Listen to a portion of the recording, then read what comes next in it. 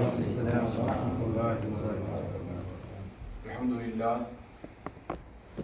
لله والعاقبة للمتقين والصلاة والسلام على سيد الأنبياء والمرسلين وعلى آله وأصحابه الطيبين والطاهرين أما بعد فقد قال الله تبارك وتعالى في القرآن المجيد والفرقان الحميد فأعوذ بالله من الشيطان الرجيم بسم الله الرحمن الرحيم وما ينطق عن الهوى إن هو إلا وحي يوحى فقال النبي صلى الله تعالى عليه وسلم أعطيت خمسا لم يعطهن أحد من الأنبياء قبلي نصرت بالرعب مسيرة شهر وجعلت لي الأرض مسجدا وطهورا وأيما رجل من أمتي أدركته الصلاة فليصلي وأحلت لي الغنائم وكان النبي يبعث إلى قومه خاصة وبعثت إلى الناس كافة وأعطيت الشفاعة صدق الله العلي العظيم وصدق رسوله النبي الأمين الكريم ونحن على ذلك لمن الشاهدين والشاكرين والحمد لله رب العالمين. سب مل کر بآواز بلند ہدیہ درود و سلام اللهم صل وسلم على سيدنا مولانا محمد وعلى آل سيدنا مولانا محمد وعلى آله وسلم. معزز برادران اسلام، درس قرآن اور حدیث کی محفل، درس حدیث کا آج یہ تیسرا دن ہے. کل سے انشاءاللہ پھر درس قرآن 3 دن تک ہوگا. گزشتہ لاسٹ نائٹ جو درس حدیث آپ نے سماعت کیا، آپ نے سنا، اسی کو کنٹینیو کرتے ہوئے اللہ کے حبیب صلی اللہ علیہ وسلم ارشاد فرماتے ہیں کہ 5 چیزیں اللہ نے مجھے ایسی دی جو مجھ سے پہلے کسی نبی کو نہیں عطا فرمائی. 5 چیزیں. اللہ اکبر. یہ اللہ کا انعام ہے، یہ اللہ کا فضل ہے. اللہ کے حبیب پاک صلی اللہ علیہ وسلم کو جو کچھ ملا ہے وہ اللہ سے ملا. پہلے یہ سمجھنے کی ضرورت ہے اللہ کے حبیب صلی اللہ علیہ وسلم کو جو کچھ ملا کس سے ملا؟ اللہ سے ملا. علم اللہ سے ملا، فضل اللہ سے ملا، کمال اللہ سے ملا، جمال اللہ سے ملا، نبوت اللہ سے ملی، رسالت اللہ سے ملی، سخاوت اللہ سے ملی، شجاعت اللہ سے ملی، صداقت اللہ سے ملی، عدالت اللہ سے ملی، ایک ایک نعمت اللہ سے ملی. یہاں تک کہ اللہ نے اپنے فضل سے اپنے حبیب صلی اللہ علیہ وسلم کو سارے عالم میں بے مثل و بے مثال پیدا فرمایا. سارے عالم میں کوئی میرے نبی کے جیسا نہیں. اگر ہو تو لے آ. چیلنج ہے یہ. سارے عالم میں، اللہ کی ساری مخلوق میں کوئی میرے نبی کے جیسا نہیں. اب اسی کو تو سمجھانا ہے.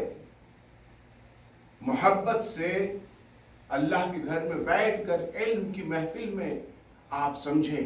ہمارا مقصد یہ ہے کہ ہماری ساری کمیونٹی محبت کے ساتھ ایک ساتھ مل جل کر رہے، اختلاف ہمارے درمیان نہ ہو.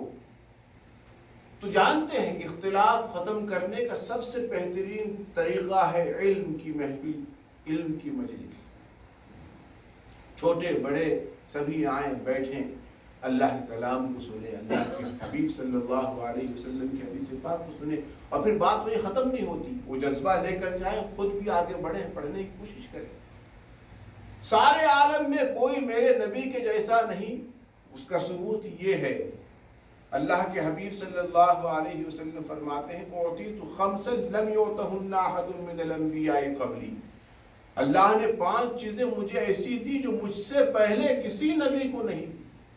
تو جب کوئی نبی میرے نبی کے جیسا نہیں تو ایک عام انسان کیسے ہو سکتا ہے؟ یقیناً نبوت میں، رسالت میں سارے انبیاء کرام برابر ہیں، مگر مرتبہ تلک الرسل فضلنا بعضهم على بعض. اللہ نے خود فرمایا قرآن میں، یہ وہ رسول ہیں جن میں بعض پر بعض کو ہم نے فضیلت دی۔ تیسرا پارہ پڑھیے آپ، آگے ڈیٹیل بھی ملے گا فضیلت کیسے دی، بعض کے درجات بلند کیے، بعض سے اللہ نے کلام فرمایا، وَرَفَعَ بَعْضَهُمْ دَرَجَاتٍ وَآتَيْنَا عِيسَى ابْنَ مَرْيَمَ الْبَيِّنَاتِ وَأَيَّدْنَاهُ بِرُوحِ الْقُدُسِ، کسی کی روح قدس سے مدد کی، کسی کے درجات بلند کیے۔ یہ اللہ کا فضل ہے، اللہ جسے جو چاہے دے۔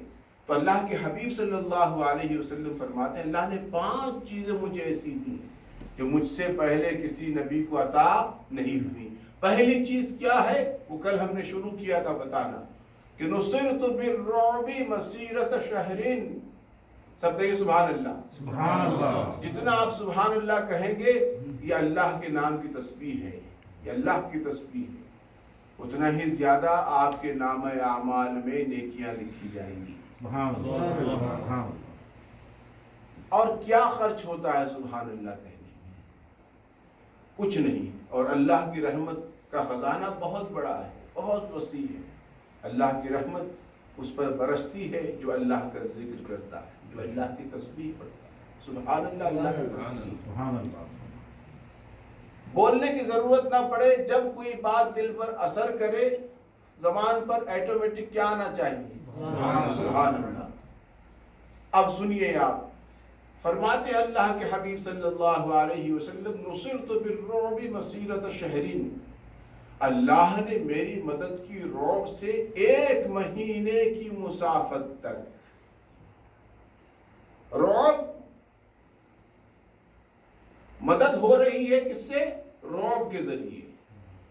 اب باقی جو چیزیں وہ تو ہیں، پہلے اس کو سمجھیے رعب کیا ہے۔